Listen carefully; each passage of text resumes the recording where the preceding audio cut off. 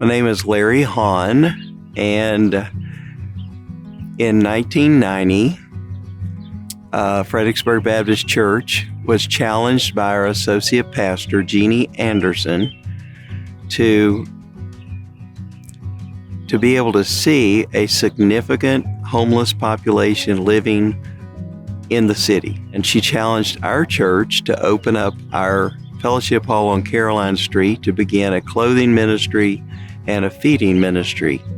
And we operated that for many years, and eventually the other downtown churches began to show interest, the clergy. And after some time, the clergy, who met on a regular basis and were very, very good friends together, decided that we would organize ourselves into Micah Ministries. So we operated for about 15 years before Micah began. We just formally started 20 years ago. Today, after serving Fredericksburg Baptist Church for 43 years, I have become the chaplain for Micah Ministries, where I get to work with 9 wonderful churches downtown, their pastors, the staff of Micah, and work alongside our neighbors, and lead street church on Sunday mornings at 9 o'clock. What really got us to come together was, through the years, we had a cold weather shelter, and the 9 churches had bought cots, and every night of the week we moved the cots from one church to another's fellowship hall.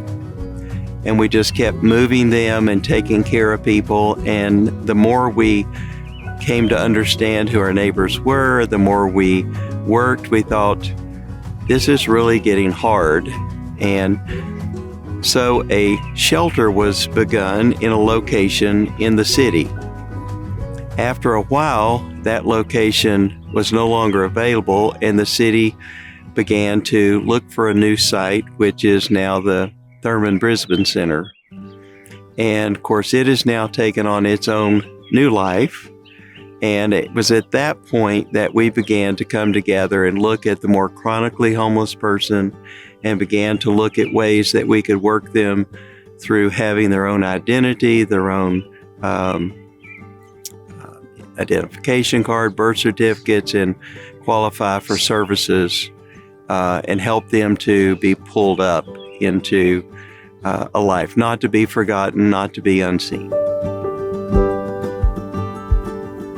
The biggest difference is we've given everyone an opportunity to be a person, to have dignity. What I hear most from our neighbors is, I seem to be invisible, or I seem to be too visible. People look at me when I carry a backpack and they almost walk away.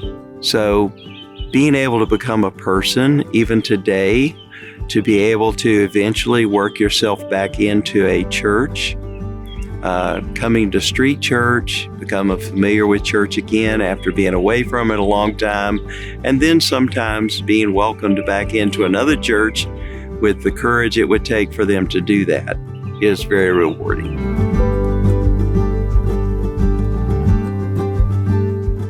One of the most significant things in the transformation has been, as we met together as clergy, we wanted to make sure that when we helped our neighbors pull themselves up, that we didn't say, you have to eat. You have to come to a worship service in order to eat. You have to come to church in order to get help. And so we pushed back on the idea that we were doing it so that you would become a Christian or you would be in the church. But we did so much that in these later years, we began to recognize, I said to myself and the rest of the clergy, you know, our neighbors know a lot of scripture. They quote them to me all the time. They come up and ask me to pray with them about things all the time. I think we may have missed something in our effort not to require something of them in order to help them. We've missed the opportunity to give them something they want and can't ask for. And so we began Street Church. And Carrie Cherico of the Episcopal Church met with them in the outdoors in a yard and just sat and talked. And it's been very rewarding to see Micah come to the point where we can help people who may have been hurt by the church be able to step inside a door again and say, can I ask this question? Is the church going to hurt me, or is the church going to help me? Am I going to be accepted? And it's blossomed into a fellowship of believers gathering every week, singing hymns, reading scripture, and honestly talking about prayer concerns. So they too have become a very serving community, such that even this past Christmas, on the Sunday before Christmas, we went to all the hotels where families and children who are homeless live, and they got to serve. They gave toys to all those children. And they said, this is what the church is, and we are the church. So in a way, we've made a journey from not just helping them, but helping them become really servants who can help others, because they want to help. And they are probably some of the most gifted people who are able to give in many different ways. And we've started Community Canvas, which is a place where they can come and express their art.